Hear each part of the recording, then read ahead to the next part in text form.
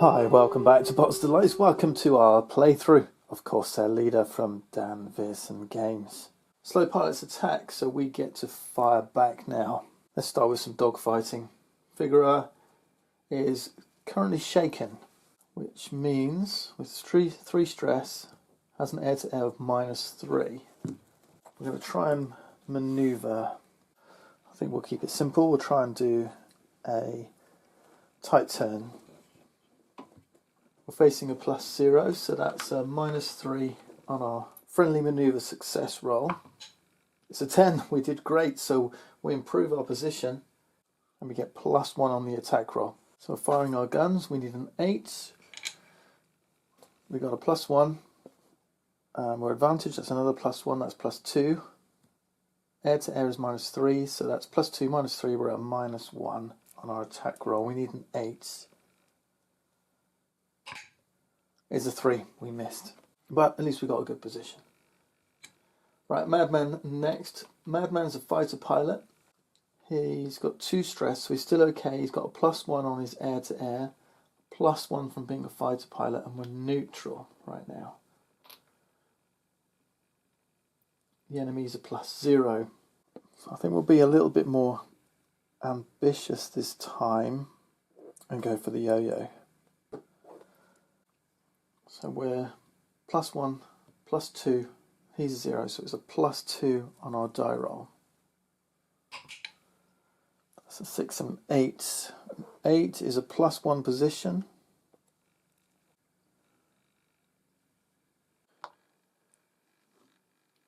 So we're advantaged, and +1 on our attack roll. So our attack roll is air to air +1, +1, +1, +1, that's +4. This is looking good. Yes, that's a kill. That's more than 8. Madman gets his kill. 1 less bandit in the sky. Which means Madman gets his kill as well. So he's got 2 now. 5 for an ace. Okay, who's next? I think Top do his regular attack, and I think we're just going to gung-ho this thing. I don't want to risk any casualties, so there's a -1 here.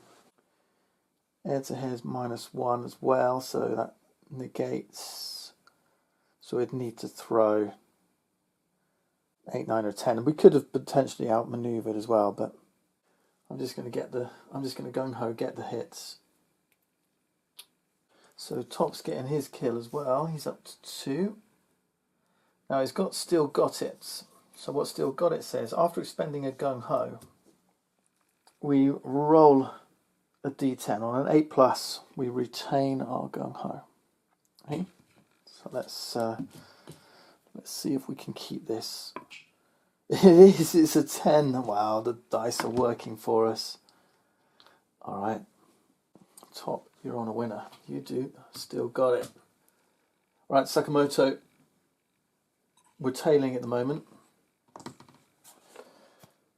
So why don't we just try a tight turn, see if we can get an extra +1 on the attack. Our air to air is 2.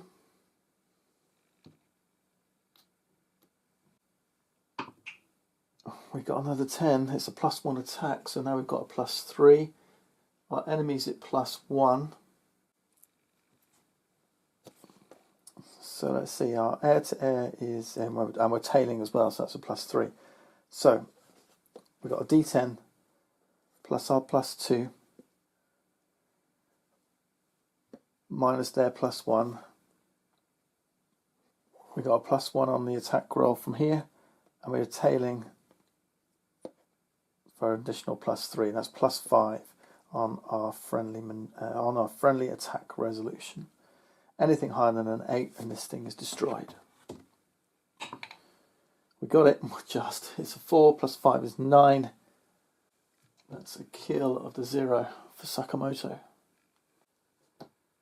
Sakamoto's got his 4th kill. 1 more gives us an ace, which is a victory point over the end of the campaign. Alright, now the good stuff. Our bombers are going in, so we don't need the dogfight anymore. Guadagnino should be low. I had a quick check back. I accidentally flipped him over to high when I was pushing chits about. So it was Foster that was high, Guadagnino that was low. So we might have gotten hit by this rifleman, but he missed anyway. So no worries. Should we do Foster first? Let's do Foster first.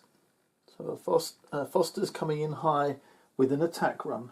So we're going to roll, but we know if we miss, we can just chuck that chit. It's an one-time expendable, and turn our air to ground into a 10. So here's Foster. We're going to drop this 1,000-pounder.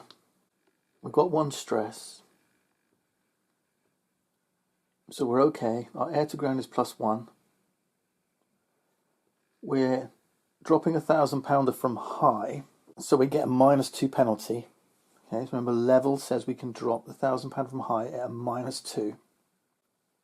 So at +1, -2, we're at -1. On a 5 or higher, we get 1 hit. 7 or higher, 2. 10 or higher, 3. So if we wanted to, we could get the... so we're not going to get 3 hits. We could use our gung-ho, roll a 10. It's at a -1, which would be 9, but it's not, which would be 2 hits. Okay, we're not going to get the 3 hits, not from this height. So let's roll and see what happens. We got a 7, that's a 6. That will be 1 hit. So we can use our attack run. Expend. Turn it into 2 hits if we wish. Or we can save it. I'm actually going to save it. I'm going to save it and turn it into 1 hit. I'm kind of hopeful. So that 3 becomes a 4. I'm kind of hopeful that Guadagnino can do the other 2 hits. Right, let's do that now. Let's see if we can get this target nailed. So the 1,000-pounder is gone. We've got a hit from it. Next, Guadagnino, 1 stress. He's still okay. I mean, look, it can take up to 7 stress before he's shaken. He's got a +2 on his air to ground. We also have an attack run and a gung-ho. So it's looking pretty good, right? It's a 3, turned into a 5. That's a single hit. A single hit. Do you know what? I'm just going to take it. I'm going to take the single hit. We haven't quite done it. So the 4 becomes a 5. No, I'll tell you what. We're going to do it. We are going to do it. I'm just going to gung-ho it. I'm going to leave my attack run. I'm going to gung-ho it. Make that a 10. 3 hits.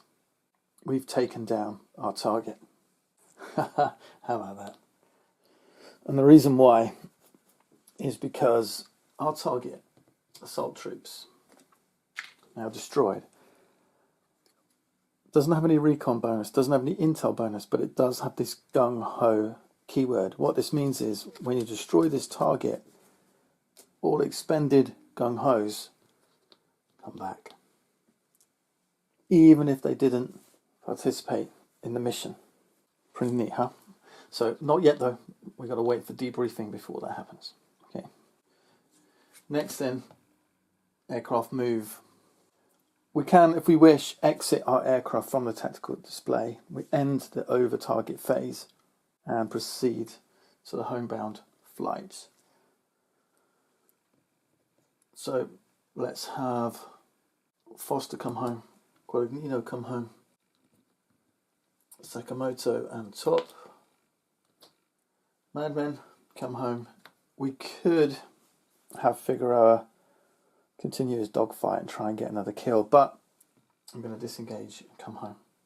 And we start step 19. Draw the homebound event card. Homebound is at the bottom here. A little tip for you: use a token of some kind to mark which one is active. Alright, because some of these have ongoing effects. So for example, rocket attacks. We've used this now, but it was this bottom effect that was in effect. Okay. Coast Watchers is in effect as well. But for now, we're doing on the ball. And it says subtract 1 stress from all pilots who flew this mission. That much I like. All right, so one stress, one stress, one stress. Beautiful. Excellent. Good stuff. We're rejoicing in our mission success, and that's really helped lift our spirits. Okay, roll for SAR results if needed. SAR is search and rescue. For any aircraft that are destroyed, we roll a d10. It's on the player help sheet. Okay, so 10 plus is a quick recovery with 3 stress. 8 to 9 recovered under fire, 5 stress. 6 to 7, you're MIA, set to 3 stress and remove. And then 5 minus, you're killed in action and removed from the game. Remember, we've got coast watchers, so if we did have a destroyed aircraft and it was missing in action, we return it to our squadron with +2 stress. Okay, on a 6 to 7. But we didn't lose any aircraft, so we move to the debriefing, record a mission outcome, victory points, adjust recon and intel. So mission was a success. We spent 2 SO, so we started with 12. We spent 2, 10 remaining, and it says, was the target destroyed, damaged or undamaged? Put an X here for destroyed. Victory points earned were 5, so we're currently up to 8. As I said, there's no recon or intel adjustments, so these tracks aren't moving. Remember when we did our day 1, which I told you about at the beginning, we had recon and intel adjustments. Now we can recover our gung-ho, because the destroyed target has the gung-ho keyword. We'll do this now, so that's all pilots in your squadron. So I was a little bit confused by the timing here, because other pilots in our squadron might go off and expend their gung-ho now on their secondary mission. But the rules are quite clear. You do the debriefing on the primary mission before you begin the secondary mission. So we'll do it by the rules and recover our gung-ho. We didn't lose any pilots, but if we did, we would get replacements now. So we will be back up to 8 pilots, and they'll come in at experience green. Next, we add target card stress to pilots. This was a stress 2 mission. Okay, these are stress 1, this is stress 0. So every pilot's going to get 2 stress. You can see then that our stress levels are going to go up as the campaign continues. But we do get to recover a little bit of stress now. All pilots reduce their total stress by their cool number. If a pilot's not flying, they're going to recover their cool by 2. Again, there's a strange timing here with when you're playing secondary missions, but you only do it once. So any pilots who are not flying will only recover their cool +2. Madman has 0 cool, it's the first figure, so they're recovering no stress. Figurer has 0. Sakamoto would have just 1 cool, but he's got +1 cool, so he's going to recover 2 stress. Top, he's got 1 cool, so he recovers 1. Foster has 0. And Guadagnino has 0. Okay. Now we do have an extra option here. We can spend 6 SO if we wish to remove 2 stress plus the pilot's cool from every pilot in your squadron. So that might be something we'll consider after we complete our secondary mission. Damaged aircraft, so Top Gilton are automatically repaired. We're back on the aircraft carrier. We get our repairs. And then every pilot that flew the mission gains 1 experience. If the target was destroyed and we suffered no casualties, then we get 2 experience. And again, we'll tick these off, these circles here. So all of these pilots will gain an extra 2 XP. If the amount of experience they currently have exceeds the amount they need for the next rank, so Vigoroa here has 3 XP needed to gain a next rank, then they can rank up. Figaro needed 3, Foster, Madman, Top needed 5, he's on 5, Guadagnino needed 4, he's on 4, Sakamoto needed 11, he's only on 4. So all those pilots are going to upgrade. Figaro and Foster only needed 3, and they each got 4. So these extra ones remain unspent. Okay, so we can save those for next time. Alright, so Figaro goes to green, Foster goes to average.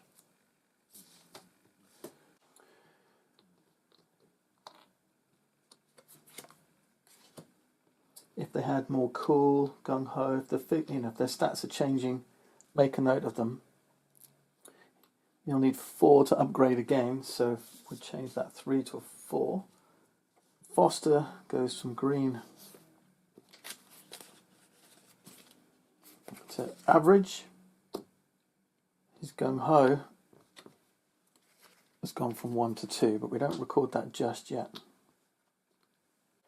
Remember, these will get recovered when they do their next mission. Okay. Madman goes from average to skilled. So do all of your upgrades like so. And what's neat about this is you get to know your pilots. You get to like your pilots. Alright, that's all our promotions done. I'm happy with that. We'll get rid of these pilots, we'll get rid of the flight leader. We'll put these all back in the bag. In fact, we're not going to use these tokens because we're going to go and do a naval mission next, because the destroyer mission's coming in and we've got 2 new pilots ready for their target bound flights. So we've got Jericho Baker, Bear Grimmond. They got their gung-ho, they're ready to fly. Bear is average, so he's flight leader. They're both armed with torpedoes. Coast Watchers is still effective. Early morning's cleared. This fire director token goes away. And we're ready for our secondary mission. It's also a stress to targets off the coast in the northeast here. It shouldn't be too tricky because there's very few sites and there's no bandits. We only need 2 to destroy this thing. Okay, our target bound event card. For every 2 SO points you spend, inflict 1 hit on the target can be destroyed by this. So we could just spend 4 SO and end the mission here. But where's the fun in that, right? As it goes, what I'm going to do is I'm going to spend 2 SOs and put 1 hit on this target. It's a great event card. Now, one thing we do need to do before we get going is we need to skip back.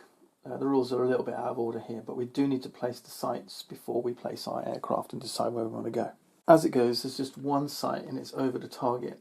And because it's a naval, you have to draw naval units. So these are, or naval sites rather, these are the grey ones. They don't have a year on them, so just pull them all out. And what do we want? Just 1 random site for this.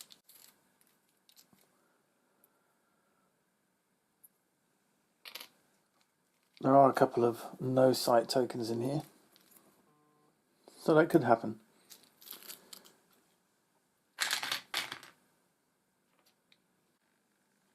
They're the same on both sides, so it doesn't matter which way you place it. So these are soft. Site name, this is the range, so here's one. This one just hits 0, low altitude targets. This one has range 1, high or low. So we drew kind of lucky. But there's a couple of other things on here. -1 turn, I'm going to have 1 less turn to do this. I would start the turn counter on turn 2 rather than turn 1 when we get there. And it's small. Air to ground have -1 applied to them. Okay, it's a small, difficult target to hit. This should be pretty quick to run through, so let's just get going. We're going in low with both our planes. There aren't any bandits. We do have an over-target event card. The next time a pilot suffers a damage result, they suffer +2 stress, okay? Like I say, put a token on it so you know what effect is being applied. Turn counter, we'll put in number 2. Dive bombers dive to low. These are not dive bombers. They're carrying weight, so they treat it as bombers, okay? So they're torpedo bombers. They don't have the dive keyword. We don't have any SA. We don't have any fast pilots. Sights would attack, but we're out of range. Slow pilots would attack, we're out of range. So aircraft move. There's no bandits, so bandits won't move. We move to turn 3. Still nothing for us to do. We're going to move again. Move to turn 4. Okay, now we've got things that can happen. Sights and bandits attack. You may suppress, and we can use evasion. So the defences are going to come into play. We don't have fast, so there's nothing we can do to avoid this. We could evade. So let's determine randomly who he's going to go for. 1, 2, 3, 4, 5, 6. Baker. So Baker's the target of this sight. The Avengers don't have any air-to-ground guns, so we can't do any suppression. We can't offer any support here at all. But let's try and evade. We'll take a stress. We'll use 2d10.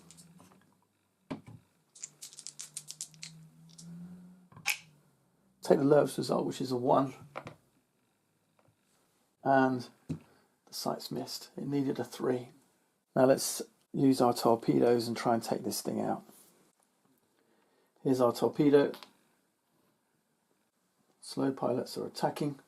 I'm attacking the target, so I've got -1 on air to ground. Jericho Baker has -1 on air to ground. He's got 1 stress. He's still okay. So that's -2 on the roll. We could just gung-ho it. We'll get a 10, but a -2 gives us a net of 8. A net of 8 on a torpedo is we miss on lower than a 5. 5 or higher is 2 hits. 7 or higher is 3 hits. 9 or higher is 4 hits. We do 3 hits. That's enough. We've torpedoed this destroyer. It's out of here. Aircraft move. Let's turn tail and flee for home. So you can see we didn't need this. That was just a waste of SO. Yeah. But some of these missions are just short. It's all about managing your aircraft. It's all about skilling them up, choosing the right weapons, the right squadron, spending your SO points, as you see, is effective. We've got 1 VP. We're on 9 now. We did pick up 1 recon. So that goes up, and these pilots each picked up 2 stress because of where the mission was. But with 1 cool, this one's got a +1 cool, we recover 1 of those. And 1 cool here, we recover 1 of those. This torpedo spent. We probably could have spent that one and gone for that sight as well. There's no gung-ho recovery, but we might want to spend 6 gung-ho. Actually, you can go down to 2. It's not a lot of gung-ho, and remove 2 stress from every pilot in the squadron, even the ones that flew our first primary mission. And that's it. That's day 2 complete. If you look at our campaign, we've got a final day to go. We've got 9 victory points so far, so we're already adequate. If we can get 1 more victory point, then we've done good. up to 13 plus. We've done great. It all comes down to how well our guys can hold up. I think removing 2 stress was a great use of our SO. This one is worth 5 victory points. So if we can get that one, that would take us to 14. That would give us a great result. Landing support. There's a lot of bandits.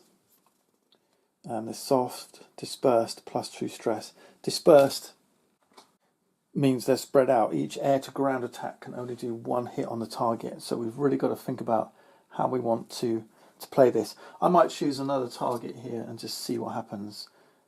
Landing support. This one's a little bit easier.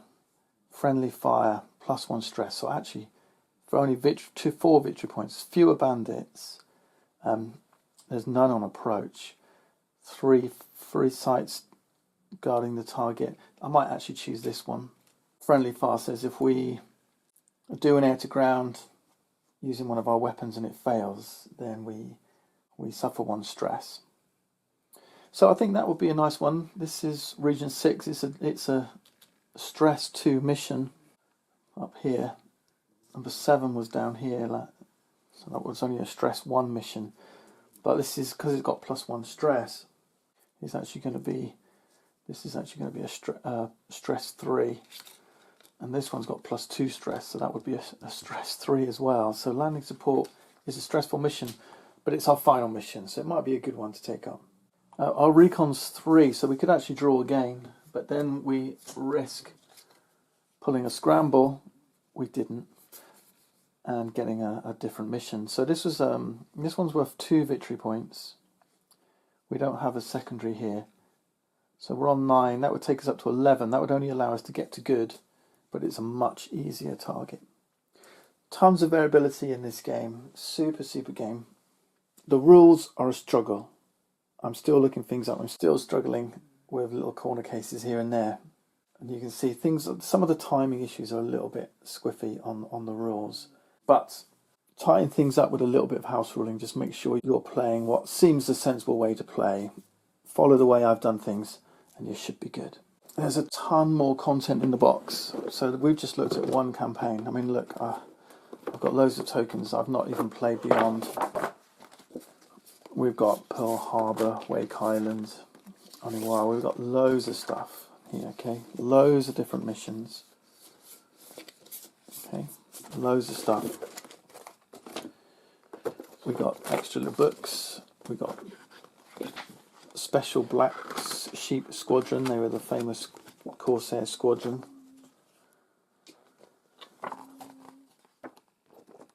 Extra little bits to read. We got some wonderful history here. So this is going to make some great reading. And we've got some extra stuff here. So different rules, new rules to add in here. We've got island operations, carrier operations, different ways to play the game. And if you want to play as a Japanese, there's also the more recent Zero Leader. So it's the same rules, it's very much the same rules as Corsair Leader. You're playing the Japanese, turning the tables, new planes, new pilots, new missions. Thanks for watching. I hope you've enjoyed the series and we'll see you next time.